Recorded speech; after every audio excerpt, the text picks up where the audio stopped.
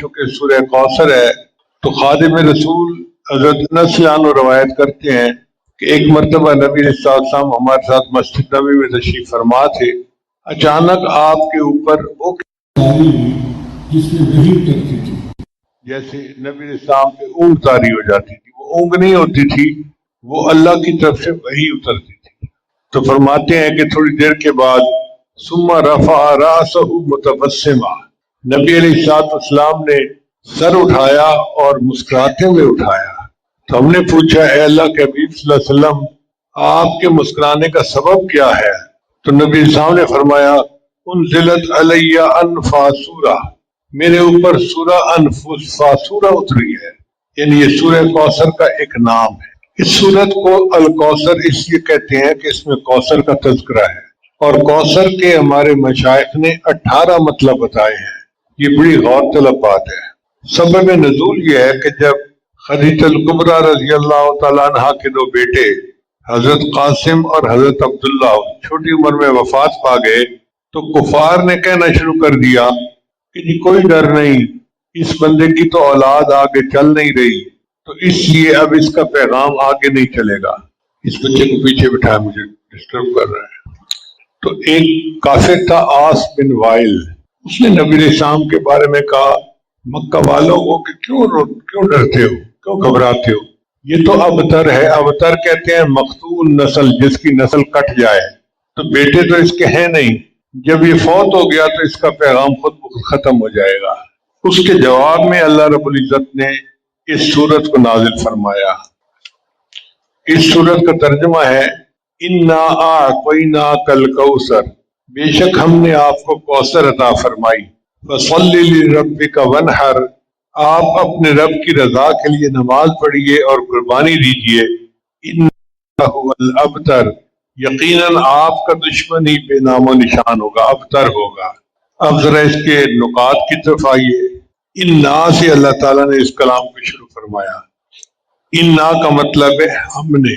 آپ نے دنیا میں دیکھا ہوگا جب کسی دوست کی طرف کوئی گفٹ پیک بھیجا جائے نا تو اوپر نام لکھتے ہیں خوبصورت کہ فلاں کی طرف سے یہ ہدیہ محبت ہے۔ خط ہو تو اس پہ لکھتے ہیں، پھلوں کی ٹوکری ہو تو اس کے اوپر لکھتے ہیں۔ تو اللہ رب العزت نے چونکہ اس میں انعامات کا تذکرہ کیا تو اس کو اپنی طرف منسوب کر رہے ہیں، میرے محبوب یہ میری طرف سے انعام ہے۔ انا کا لفظ بتا رہا ہے۔ آتینا کا مطلب ہم نے عطا کیا، یہاں پر لفظ آتینا بھی ہو سکتا تھا، لیکن ایتا جو ہے وہ عام ہے اور آتا جو ہے وہ خاص ہے۔ اس کا مطلب ہے کہ جو انعام دیا گیا وہ کوئی عام انعام نہیں ہے، وہ خصوصی انعام ہے۔ انا اعطیناک، آگے کاف لایا گیا آپ کو، یہاں پر کم نہیں کہا کہ تمہیں، اس لیے کہ اس انعام میں کوئی دوسرا نبی اسلام کے ساتھ شریک نہیں ہے۔ یہ کسی کے ذہن میں بھی نہ آئے کہ اس انعام میں اور بھی کوئی شریک ہے، یہ خاص انعام نبی علیہ السلام کے لیے ہے۔ انا اعطیناک، جب انعام کی باری ہوتی ہے نا تو دینے والے کو دیکھا جاتا ہے، دینے والا جتنا بڑا ہوتا ہے انعام اتنا ہی بڑا، جی مجھے فلاں نے انعام دیا تھا۔ تو جب انعام دینے والا اللہ رب العزت ہے تو پھر انعام کی عظمت بہت بڑھ گئی۔ اللہ فرماتے ہیں انا اعطیناک الکوثر، اے محبوب بے شک ہم نے آپ کو کوثر عطا فرمائی۔ یہ لفظ کوثر کا مطلب ہوتا ہے کثیر چیز عطا فرمائی، کثرت والی، مگر مفسرین نے اس کے 18 مطلب بیان کیے ہیں۔ یہ یاد کرنے والی بات ہے۔ کوثر کے کتنے مطلب بیان ہوئے ہیں؟ 18۔ ایک مطلب تو یہ کہ اس سے مراد نہر فی الجنہ، جنت کی ایک نہر ہے جو نبی علیہ السلام کو معراج میں دکھائی گئی تھی۔ فَإِذَا طِيبُهُ مِسْكُ أَزْفَرَ، اس کے پانی کی خوشبو مشک جیسی ہوگی، جیسے مہک ہوتی ہے نا، ایک انسان کوکا کولا پیتا ہے تو اس کی ایک سمیل ہوتی ہے، جوس پیتا ہے تو اس کی اپنی ایک سمیل ہوتی ہے۔ یہ آب کوثر ایسا ہوگا کہ اس میں سے مشک جیسی خوشبو آئے گی۔ ماء ابیض من اللبن، اور اس کا پانی دودھ سے زیادہ سفید ہوگا۔ واحلی من العسل، اور شہد سے زیادہ شیریں۔ سبحان اللہ، اتنا سفید، اتنا شیریں اور اتنا صاف اور اتنا خوشبودار۔ اس کے قریب جو آب خورے ہیں وہ سونے اور چاندی کے ہیں. جیسے ہوتے ہیں نا واٹر کولر کے پاس گلاس پڑے ہوتے ہیں، تو اللہ تعالیٰ نے جو گلاس بنائے وہ سونے اور چاندی کے گلاس بنائے. سبحان اللہ. اللہ تعالیٰ کے کیا انعامات ہیں کہ ایسی سبیل دی کہ جو سونے اور چاندی کے گلاسوں والی تھی. اس نہر کو دیکھنے کے بعد نبی علیہ السلام نے حضرت جبریل علیہ السلام سے پوچھا کہ جبرائیل یہ کیا ہے؟ تو انہوں نے کہا ھذا الکوثر الذی اعطاک ربک، یہ وہ کوثر ہے جو آپ کے رب نے آپ کو عطا کر دی. دوسرا اس کا معنی ہے حوض کوثر، وہ حوض کوثر جو محشر میں ہوگا. نہر کوثر جنت سے نکلتی ہے مگر حوض کوثر محشر کے دن ہوگا. حدیث پاک میں آتا ہے کہ جنت سے 2 پرنالے آتے ہیں، ایک پرنالہ سونے کا، ایک پرنالہ چاندی کا. جیسے 2 پائپ لائن آ رہی ہوتی ہے نا تو پانی کولر میں جا رہا ہوتا ہے، تو جنت کے جو حوض ہوگا اس کی 2 پائپ لائنیں ہوگی، ایک سونے کی ہوگی، ایک چاندی کی ہوگی. اس پر نبی صاحب نے فرمایا کہ میری امت کے ساتھ قیامت کے دن ملاقات ہوگی. نبی صاحب نے فرمایا ان موعدکم الحوض، میرے وعدے کی جگہ حوض ہے. وانی لانظر الیہ، اور میں اس کے اس طرح دیکھ رہا ہوں، وانا فی مقامی ھذا، کہ جیسے میں آنکھوں سے قریب کھڑا دیکھ رہا ہوں. ومنبری علی حوضی، اور میرا ممبر حوض کے اوپر ہوگا. یعنی نبی علیہ السلام جیسے کرسی پہ کوئی بندہ بیٹھا ہوتا ہے تو اس سبیل کے پاس کرسی پر اللہ کے حبیب صلی اللہ علیہ وسلم تشریف فرما ہوں گے. پھر اس کے برتن آسمان کے ستاروں کی تعداد سے بھی زیادہ ہوں گے، اس لیے کہ نبی علیہ السلام کی امت سب سے زیادہ. تو ایسے لگتا ہے کہ وہ ڈسپوزیبل چیزیں نہیں ہوں گی. اللہ تعالیٰ بس ہر بندے کو الگ جو ہے وہ برتن میں حوض کوثر پلائیں گے. زوایا ہو سوا، اس کے چاروں طرف برابر ہوگی. اس کا مطلب یہ کہ حوض کوثر چوکور ہوگا، چاروں طرف برابر ہوگی. من یشرب منہا فلا یظمأ ابدا، جو ایک مرتبہ اس کا مشروب پی لے گا پھر اس کے بعد اس کو کبھی پیاس نہیں لگے گی، سیراب ہو جائے گا. تفسیر قرطبی میں لکھا ہے کہ حوض کوثر کے چاروں کونوں پر نبی علیہ السلام کے چاروں خلفاء موجود ہوں. ایک کونے پر سیدنا صدیق اکبر لانو، ایک پہ حضرت عمر لانو، ایک پہ سیدنا عثمان غنی لانو، اور ایک پہ سیدنا علی رضی اللہ تعالیٰ. اور تفسیر قرطبی میں انہوں نے یہ بھی لکھا ہے کہ جو بندہ ان میں سے کسی ایک کے بارے میں دل میں بغض رکھتا ہوگا وہ اس کو حوض کوثر کا پانی نہیں پلائیں گے، اور جب ایک پلانے سے انکار کر دیں گے تو سب انکار کر دیں گے. اب کتنے خوش نصیب ہوں گے جن کو حضرت علی لانو پلائیں، جن کو حضرت عثمان غنی لانو پلائیں، جن کو حضرت عمر لانو پلائیں، اور جن کو صدیق اکبر لانو خود پلائیں.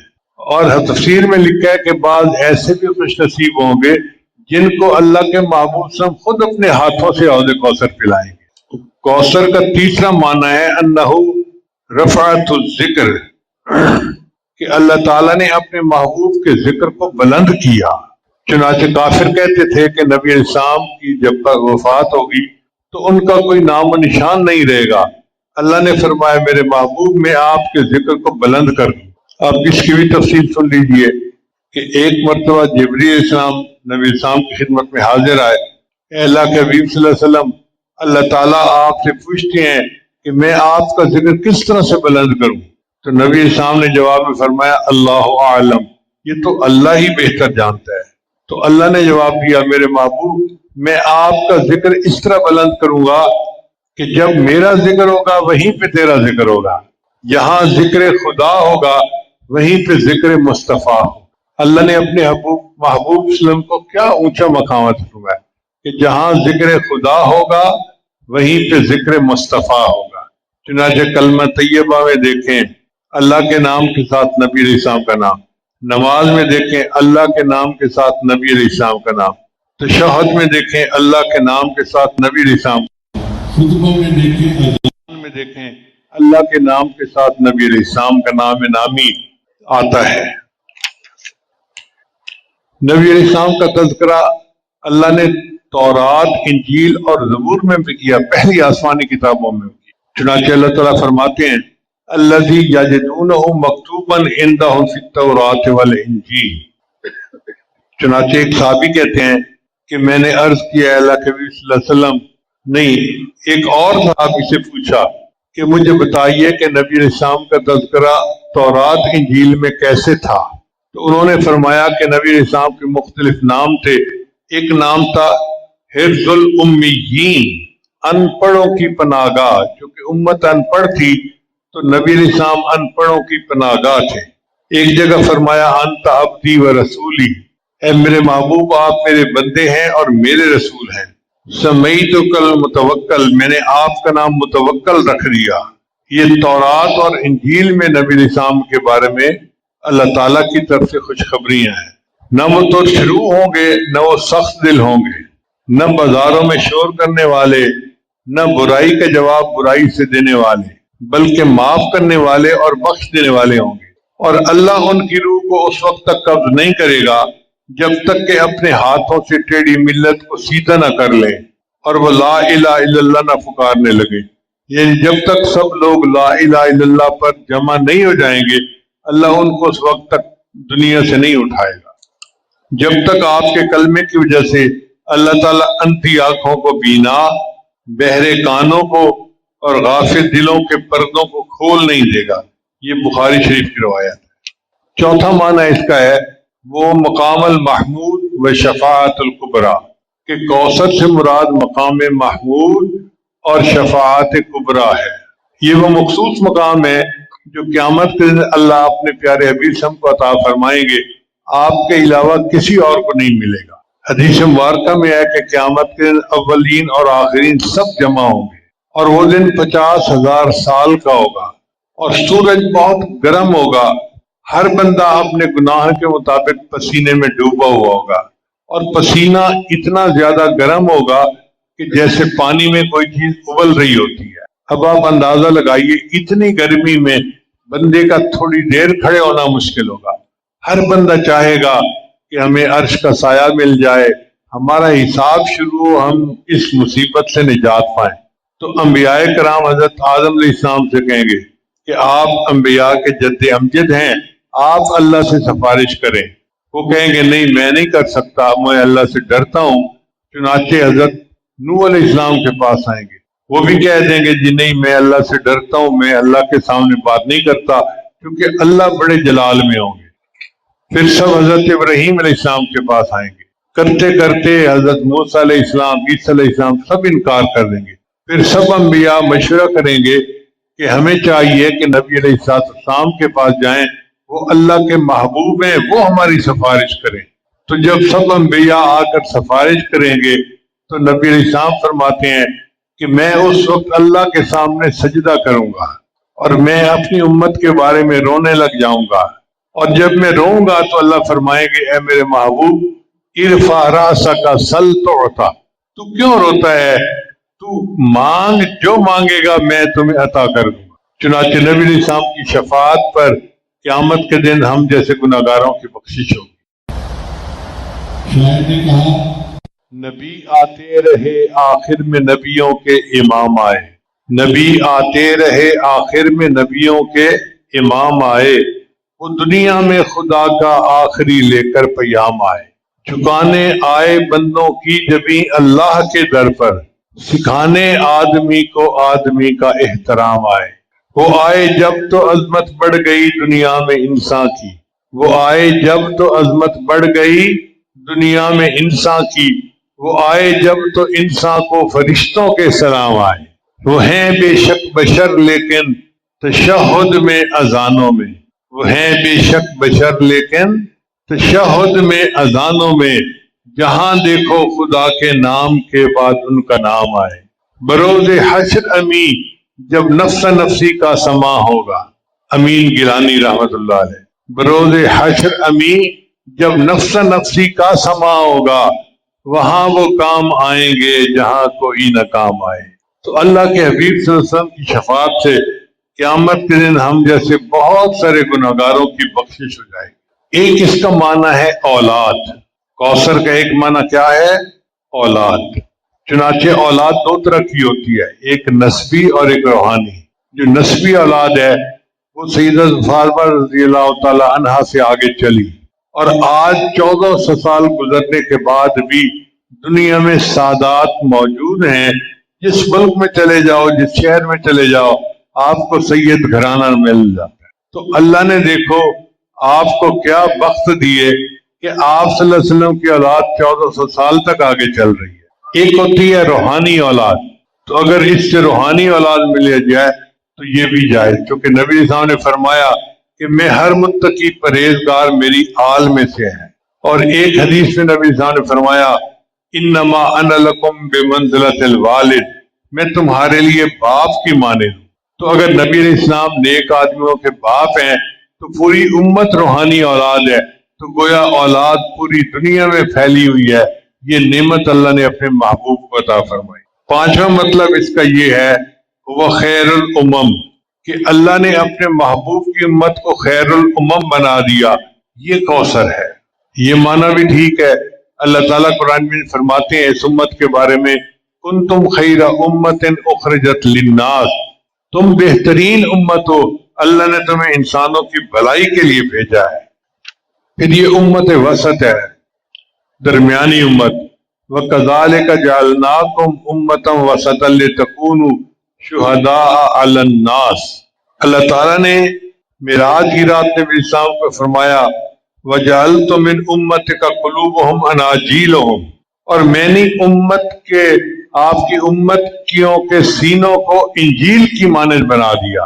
انجیل اللہ کی کتاب ہے، تو آج بھی جو بندہ قرآن پاک کا حافظ ہوتا ہے اس کی مثال انجیل کی مانند ہے، قرآن کی مانند ہے۔ علامہ اقبال فرماتے ہیں ہر لہجہ مومن کی نئی آن نئی شان، کردار میں گفتار میں اللہ کی برہان، یہ بات کسی کو نہیں معلوم کہ مومن قاری نظر آتا ہے حقیقت میں ہے قرآن۔ تو قرآن کا حافظ حقیقت میں قرآن مجید ہی کے حکم میں ہوتا ہے۔ ایک اس کا معنی مفسرین نے لیا ہے ساتواں خلق عظیم، کہ کوثر سے مراد نبی السلام کے اخلاق عظیمہ ہیں۔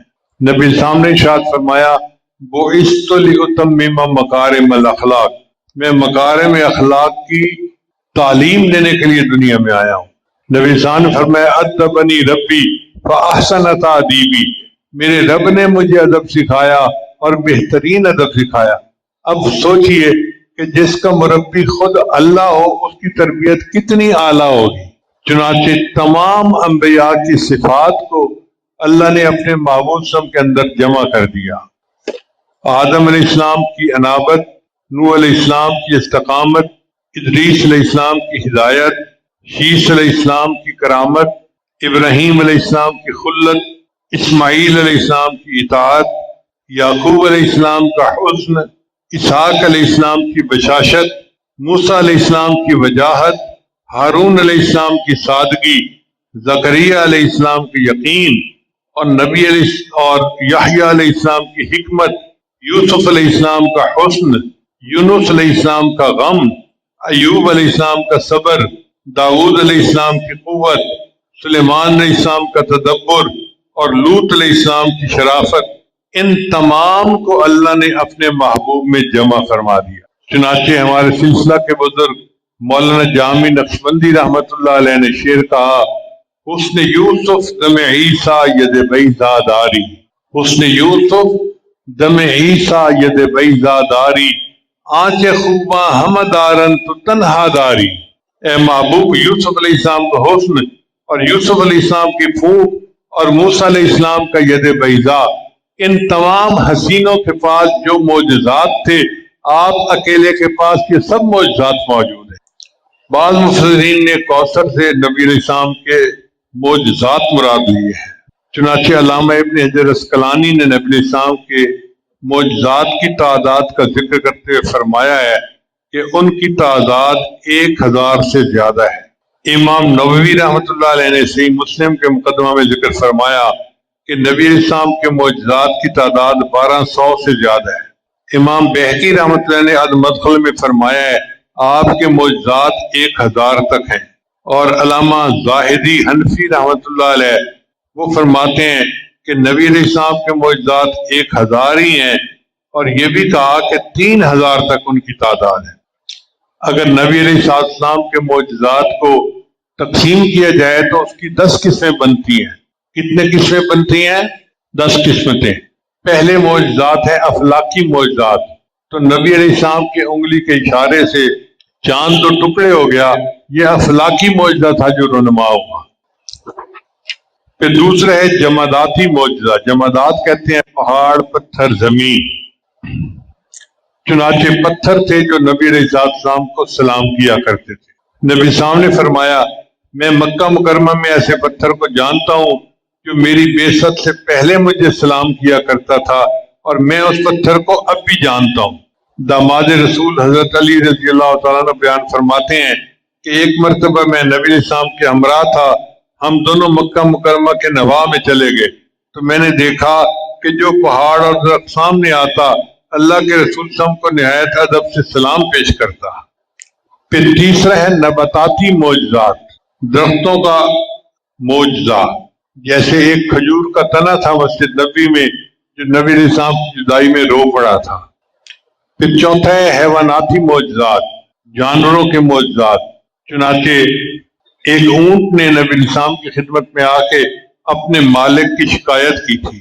کمزور گھوڑا تھا، اس کو نبی علیہ السلام کا پیغام ملا تو اس نے تیز بھاگنا شروع کر دیا.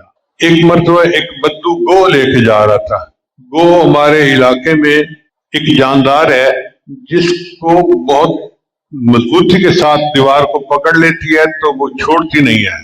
تو پہلے وقتوں کے دور چور ڈاکو اس کو استعمال کرتے تھے. اس کو دیوار کے ساتھ چپکا دیتے تھے اور پھر اس رسے کے ساتھ ان کی دیوار پھیلانگ جایا کرتے تھے. وہ گو کھانا ہے تو حرام، لیکن عرب کے لوگ اس وقت گو کھایا کرتے تھے. تو وہ دیہاتی ایک مری ہوئی گو لے کے جا رہا تھا. راستے میں نبی علیہ السلام سے ملاقات ہو گئی تو نبی علیہ السلام نے اس سے فرمایا کہ تم کون ہو؟ اس نے اپنا نام بتایا. پھر نبی علیہ السلام نے اس کو دین کی دعوت دی کہ میں اللہ کا رسول ہوں اور تم میرے پہ ایمان لے آؤ. اس نے سوچا کہ میں کوئی ایسی بات کروں جو ناممکن ہے. اس نے کہا جی میں تو آپ کو تب رسول مانوں گا جب میری گو گواہی دے گی. اب مری گو بول بھی نہیں سکتی. اس کا خیال تھا یہ بالکل ناممکن ہے، یہ ہو ہی نہیں سکتا. چنانچہ جب اس نے یہ کہا تو نبی السلام نے گو کو مخاطب ہو کے کہا کہ اٹھ میری بات سن. تو مری ہوئی گو نے آنکھیں کھول دی. تو نبی علیہ السلام نے اس کو سے پوچھا بتا میں کون ہوں؟ اس نے کہا آپ اللہ کے رسول ہیں اور آپ وہ ذات ہیں جن کی شفاعت سے قیامت کے دن لوگوں کی بخشش ہوگی. اللہ کے حبیب صلی اللہ علیہ وسلم کی گواہی جانوروں میں دی، درختوں میں دی، پتھروں میں دی. پھر شفا کے معجزات کہ نبی علیہ السلام کی دعا سے لوگوں کو شفا نصیب ہو گئی. حضرت علی عنہ کی آنکھیں ایک مرتبہ بڑی خراب تھیں. نبی علیہ السلام نے لعاب مبارک لگایا، اللہ نے ان کی آنکھوں کو ٹھیک کر دیا.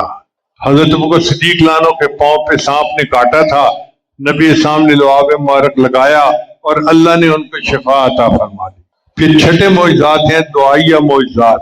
آپ صلی اللہ علیہ وسلم کی دعا کی بدولت جو رونما ہوئے ان کی تعداد تو بہت زیادہ ہے.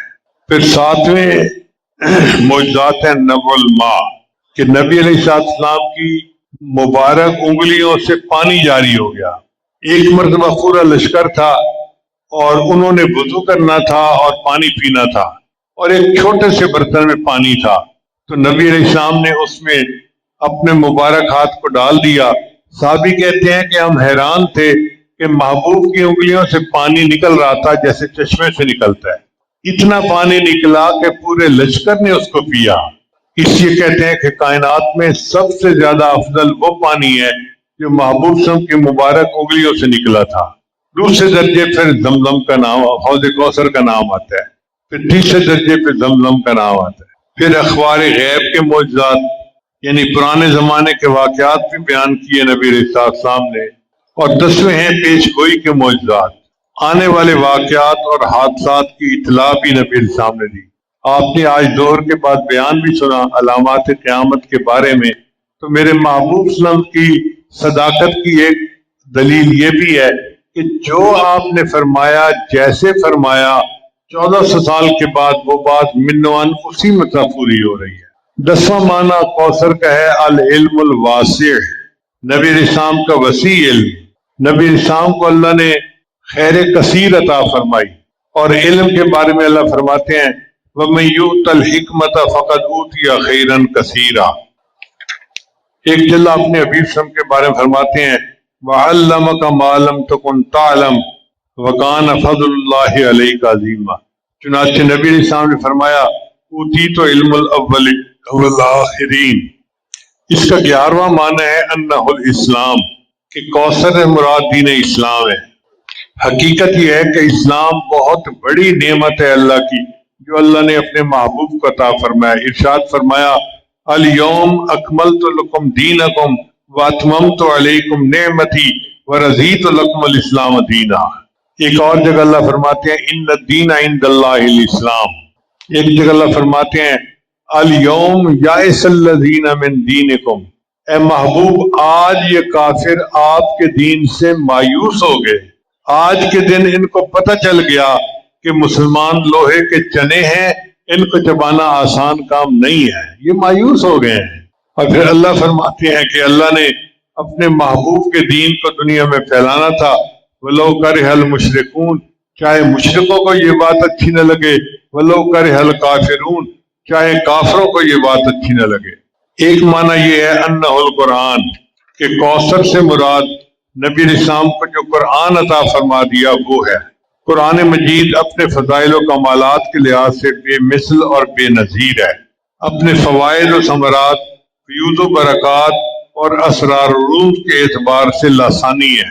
چنانچہ نبی علیہ السلام نے قرآن کے بارے میں تاریخی باتیں کہی، فرمایا فیہ نبأ ما قبلکم و خبر ما بعدکم، اس میں تم سے پہلے والوں کی بھی خبریں ہیں اور آنے والے بندوں یعنی امتوں کی بھی خبریں ہیں۔ وحکم ما بینکم، اور تمہارے درمیان کے احکام بھی اس قرآن میں موجود ہیں۔ وہو الفصل لیس بالحزل، اور یہ قول فیصل ہے، کوئی مذاق کی بات نہیں ہے۔ من ترکہ من جبار قسمہ اللہ، جو اس کو اپنی سرکشی کی وجہ سے قرآن کو چھوڑے گا اللہ اس کو توڑ کے رکھ دے گا۔ وَمَنِ ابْتَغَى الْهُدَى مِنْ غَيْرِهِ أَضَلَّهُ اللَّهُ، اور جو قرآن کے علاوہ کسی اور سے ہدایت طلب کرے گا اللہ اس کو گمراہ کر دے گا۔ هُوَ حَبْلُ اللَّهِ الْمَتِينُ، یہ اللہ تعالیٰ کی مضبوط رسی ہے۔ وَهُوَ الذِّكْرُ الْحَكِيمُ، اور یہ ذکر حکیم ہے۔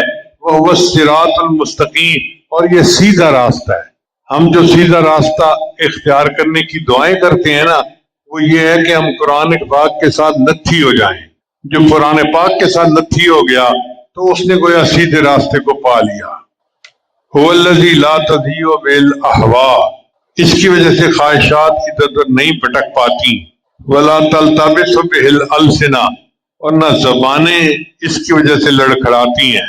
ولا یشبع منہ العلماء، اور علماء کا اس سے جی بھرتا ہی نہیں ہے۔ قرآن مجید ایسی کتاب ہے، ایک دفعہ نہیں، دو دفعہ نہیں، ہزاروں دفعہ پڑھو، یہ نہیں ہوتا جی ہم پڑھ چکے ہیں اب اس میں کوئی انٹرسٹ نہیں رہا۔ ہر دفعہ ایک نیا لطف ہوتا ہے، ایک نیا مزہ ہوتا ہے۔ اس کا مزہ اس طرح سمجھیے کہ جیسے سخت روزہ لگا ہوا ہو، بندہ افطار کرے اور اس وقت اس کو آئس کریم کھانے کے لیے کوئی دے تو ہر لقمہ کھانے کا الگ مزہ ہوتا ہے۔ تو جس طرح آئس کریم کی ہر لقمہ کھانے کا مزہ الگ ہے، قرآن مجید کی ہر آیت کے پڑھنے کا مزہ جدا ہے۔ اس کو پڑھتے جائیے اور اللہ کی کتاب کے پڑھنے کے مزے لیتے جائیے۔ علماء کتنا ہی پڑھیں ان کو اس سے آسودگی نہیں ہوتی، یعنی بوریت نہیں ہوتی۔ کوئی کتنا ہی قرآن پاک پڑھے، اس کو دنیا کی عام کتاب ہو نا، ایک دفعہ پڑھو تو ٹھیک، دوسرے دفعہ پڑھنے کو دل نہیں کرتا، تیسری مرتبہ تو ہاتھ لگانے کو دل نہیں کرتا، چوتھی مرتبہ کہتا ہے بندہ یار میرے سامنے نام ہی نہ لو، تو دو تین دفعہ کتاب پڑھ کے بندہ کہتا ہے نام ہی نہ لو۔ اور یہ قرآن مجید ہے کہ لوگ ساری زندگی اس کو پڑھتے رہتے ہیں۔ شیخ رضی صاحب کے ایک بیان میں آپ نے سنا کہ ایک بزرگ نے اپنی زندگی میں 18,000 مرتبہ قرآن پاک پڑھا اور ان کو قرآن پاک سے سیرابی نہیں ہوئی۔ اس لیے قرآن پاک کبھی بے مزہ اور پرانا نہیں ہوتا، اس کی انوکھی باتیں ختم نہیں ہوتی، اور وہ قرآن جسے سن کر جن بھی خاموش نہ رہ سکے بلکہ پکار اٹھے کہ ہم نے ایک عجیب کلام سنا ہے جو بھلائی کا راستہ دکھاتا ہے، تو ہم اس پر ایمان لے آئے۔ جو اس کے مطابق بولے گا، اس کے مطابق عمل کرے گا، اسے اجر و ثواب دیا جائے گا، اور جس نے اس کے مطابق فیصلہ کیا اس نے انصاف کیا۔ اور جس نے اس کی طرف بلایا اس نے سیدھے راستے کی ہدایت دی۔ اور ایک معنی اس کا یہ ہے اولیاء کرام، اس امت کے اولیاء کرام ہیں کوثر سے مراد۔ چنانچہ کافر تو یہ سمجھتے تھے کہ نبی علیہ الصلوۃ والسلام کی وفات کے بعد آپ کا نشان مٹ جائے گا۔ اللہ رب العزت نے آپ کو ایسے جانشین عطا کیے، ایسے نائب عطا کیے، آج 1400 سال گزرنے کے بعد بھی نبی علیہ السلام کا زندہ ہے اور انہوں نے اپنے گلشن سجا رکھے۔ اس لیے جیسے نبی علیہ السلام کی ذات بہت اعلیٰ ہے، اللہ نے اس امت کے اولیاء کی شان بھی ایسے اعلیٰ بنا دی۔ نبی السلام نے فرمایا العلماء ورثۃ الانبیاء، علماء انبیاء کے وارث ہوتے ہیں۔ چنانچہ امت کے جو فقہاء تھے، محدثین تھے، واقعی ان کا درجہ اللہ نے بنی اسرائیل کے علماء جیسا لکھا ہے۔ بس فرق یہ ہے کہ ان انبیاء کے پاس نبوت کا تاج تھا، ان کے پاس وہ تاج نہیں ہوگا، ورنہ قدر و منزلت میں یہ اس کے ساتھ ہوں گے۔ حدیث مبارکہ میں آتا ہے قیامت دن انبیاء کی صفیں بنیں گی، جہاں ختم ہوں گے وہاں پہ اس امت کے علماء کو اللہ بٹھا دیں گے، یعنی جس لائن میں انبیاء بیٹھے ہوں گے اسی میں علماء ہوں گے، مگر ان کے سر پہ نبوت کا تاج نہیں ہوگا۔ 13واں مطلب اس کا یہ ہے ان الکوثر النبوہ، کہ نبوت کامل جو اللہ نے اپنے محبوب کو عطا فرمائی، کوثر سے مراد وہ ہے۔ نبی علیہ السلام صرف نبی ہی نہیں تھے، خاتم النبیین تھے، آپ نبیوں کے بھی امام تھے، نبیوں کے بھی نبی تھے۔ چنانچہ اللہ نے قرآن مجید میں اپنے نبیوں سے وعدہ لیا کہ اے میرے انبیاء، اگر تمہارے سامنے وہ رسول آئے جو تمہاری تصدیق کرے تو کیا تم اس پر ایمان لاؤ گے اور اس کی مدد کرو گے؟ وَإِذَا أَخَذَ اللَّهُ مِيثَاقَ النَّبِيِّينَ، اللہ نے انبیاء سے یہ عہد لیا، لَمَا آتَيْتُكُم مِّن كِتَابٍ وَحِكْمَةٍ ثُمَّ جَاءَكُمْ رَسُولٌ مُصَدِّقٌ لِّمَا مَعَكُمْ لَتُؤْمِنُنَّ بِهِ وَلَتَنصُرُنَّ قَالَ أَأَقْرَرْتُمْ، اللہ نے پوچھا میرے انبیاء کیا تم سب نے اس کا اقرار کر دیا؟ وَأَخَذْتُمْ عَلَىٰ ذَلِكُمْ إِصْرِي، اور اس پر جو ہے میرے ساتھ وعدہ پکا کر لیا۔ قَالُوا أَقْرَرْنَا، انہوں نے کہا ہم نے اقرار کیا۔ قَالَ فَاشْهَدُوا، اللہ نے فرمایا پھر گواہ رہو۔ وَأَنَا مَعَكُمْ مِنَ الشَّاهِدِينَ، اور میں بھی تمہارے ساتھ گواہ ہوں۔ تو نبی علیہ السلام کو اللہ نے جو خاتم النبیین کا رتبہ دیا وہ کوثر میں شامل ہے۔ 14واں مطلب ہے کہ کوثر سے مراد وہ اعلیٰ مقام قرب ہے جس کے اوپر کوئی مقام کسی بندے کے لیے ممکن ہی نہیں ہے۔ بعض نے 15واں مطلب امام جعفر رحمۃ اللہ فرماتے ہیں کہ آپ کے قلب منور کے نور کو اللہ نے کوثر فرمایا۔ جس قلب کا نور پوری امت میں تقسیم ہو رہا ہے، آپ اندازہ لگائیے اس قلب کے اندر کتنا نور ہوگا، وہ کتنا منور قلب ہوگا، اس کو کوثر کہا گیا۔ 17واں یہ کہ سورہ کوثر سے مراد یہی سورہ کوثر ہی ہے۔ سورہ کوثر کی 3 آیات ہیں، اِنَّا أَعْطَيْنَاكَ الْكَوْثَرَ فَصَلِّ لِرَبِّكَ وَانْحَرْ إِنَّ شَانِئَكَ هُوَ الْأَبْتَرُ، یہ قرآن مجید کی سب سے چھوٹی سورت ہے۔ جب یہ سورت اتری تو مکہ کے کافر نے سوچا کہ بڑے اچھے اشعار ہیں اور ایک شعر کی کمی ہے، اگر چوتھا شعر فٹ ہو جائے نا تو پھر ہم کہیں گے دیکھو جی ہم نے تمہارے مقابلے کا قرآن بنا دیا۔ چنانچہ مکہ مکرمہ کا ایک شاعر تھا جو غاروں میں رہتا تھا، تنہائی میں وقت گزارتا تھا، یعنی غالب اور میر تقی میر جیسا کوئی شاعر تھا، الگ زندگی گزارتا تھا۔ وہ اس کے پاس گیا اور اس کو جا کے کہا کہ یہ 3 فقرے تو میں نے بنا دیے، چوتھا فقرہ میں نے نہیں بنایا، وہ تو بنا دے۔ اس نے وعدہ کر لیا۔ اب وہ کئی دن سوچتا رہا کہ چوتھا فقرہ کون سا بناؤں جو فٹ ہو جائے۔ 1 ہفتے کا اس نے وعدہ کیا تھا اور وہ کافر بڑا خوش تھا کہ میں 1 ہفتے کے بعد آؤں گا اور مسلمانوں کے پیغمبر کو بتاؤں گا کہ دیکھو تمہارے کلام کے ساتھ جیسا میں نے بھی کلام بنا لیا۔ چنانچہ 1 ہفتے کے بعد وہ اس سے جواب لے کے آیا تو فقرہ کیا فٹ ہوا تھا، اِنَّا أَعْطَيْنَاكَ الْكَوْثَرَ فَصَلِّ لِرَبِّكَ وَانْحَرْ إِنَّ شَانِئَكَ هُوَ الْأَبْتَرُ مَا هَذَا كَلَامُ الْبَشَرِ، یہ کسی بشر کا کلام نہیں ہے۔ 18ویں تفسیر یہ ہے انَّهُ الْخَيْرُ الْكَثِيرُ، چنانچہ ابن عباس رحمۃ اللہ علیہ رضی اللہ عنہ فرماتے ہیں کہ یہ تفسیر تمام تفاسیر پر مشتمل ہے۔ چنانچہ صاحب روح المعانی علامہ آیوسی اسی آیت کے تحت فرماتے ہیں کہ سب سے راجع قول یہ ہے کہ نبی علیہ السلام پر جو نعمتیں ظاہرہ تھیں یا باطنہ تھیں وہ کوثر کے اندر شامل ہے۔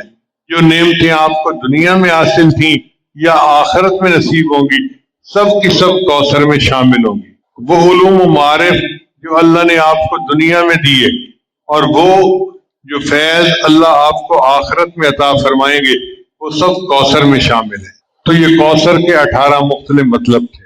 اللہ فرماتے ہیں انا اعطیناک الکوثر، آگے فرمایا فصلی لربک وانحر، اپنے رب کے لیے نماز پڑھیے اور قربانی دیجیے۔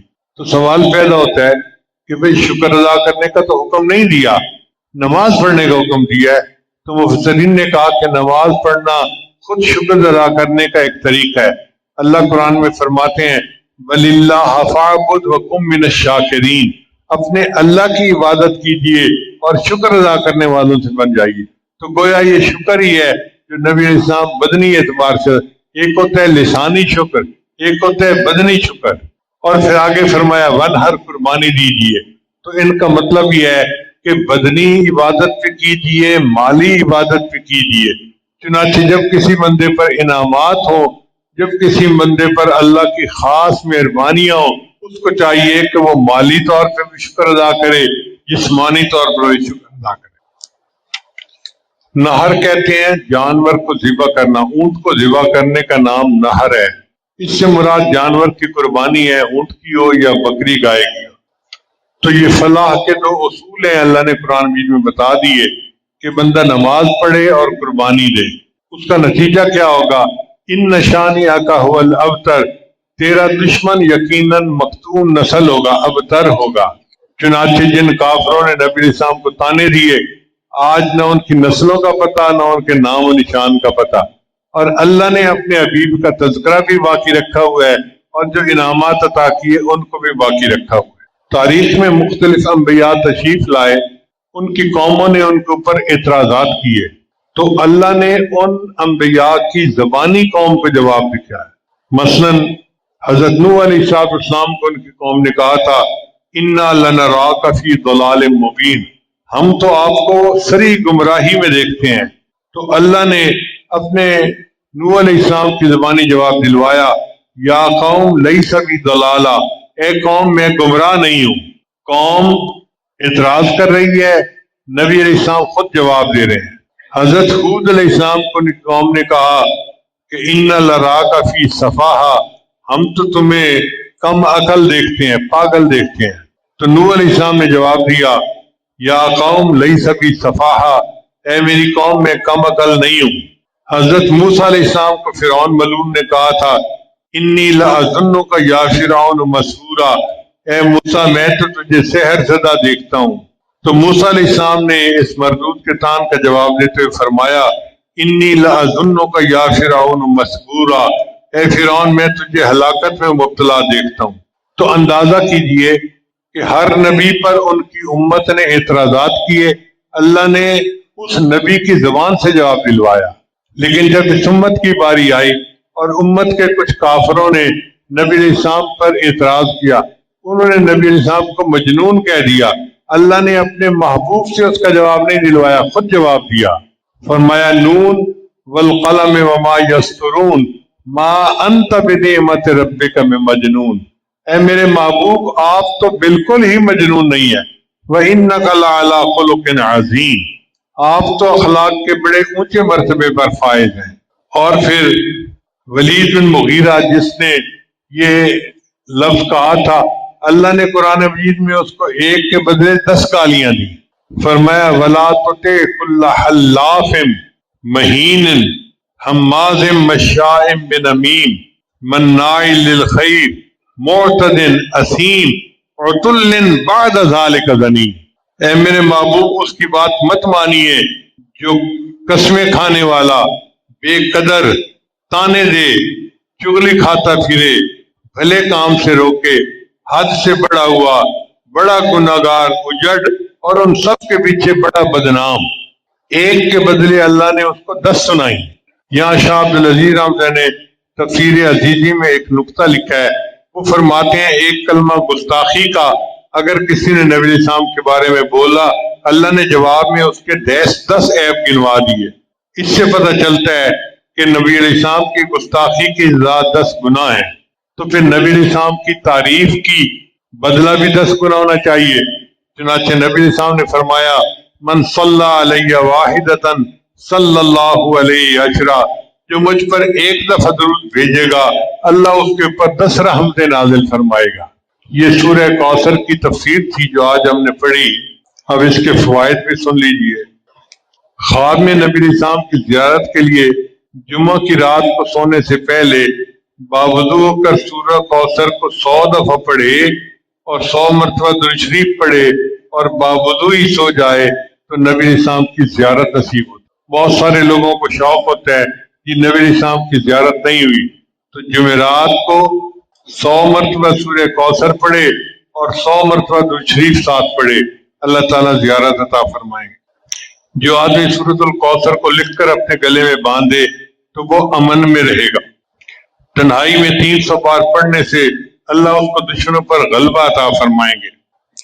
ایک اور اس کا خوبی سنیے، اگر کوئی شخص اولاد سے محروم ہے تو روزانہ 101 دفعہ سورۃ الکوثر بسم اللہ کے ساتھ پڑھے، انشاءاللہ اس کو اولاد کی نعمت عطا فرمائیں گے۔ جس شخص کی اولاد زندہ نہ رہتی ہو، اگر وہ اس سورت کو 700 دفعہ صبح کی نماز کے بعد 41 روز تک پڑھے، انشاءاللہ اس کی اولاد زندہ رہے گی۔ اگر کوئی خواب میں دیکھے کہ میں سورہ کوثر پڑھ رہا ہوں تو تعبیر یہ ہے کہ مال اور نعمت اللہ اس کو عطا فرمائے۔ حضرت خواجہ فرید الدین عطار رحمۃ اللہ پند نامہ میں شعر لکھتے ہیں، مارا درگزار، اے بادشاہ میرے گناہوں کو معاف کر دے، ما گناہ گاریم تو آمرزگار، میں گناہ گار ہوں اور تو بڑا رحم کرنے والا ہے۔ تو نکوکاری و ما برکردہیم، اللہ تو اچھا ہے اور میں بہت ہی برا ہوں، جرم بے پایا و بے حد کردہیم، میں نے بے حد اور بے پناہ جرم کیے ہیں۔ سال ہا در فسق و عصیاں گشتہیم،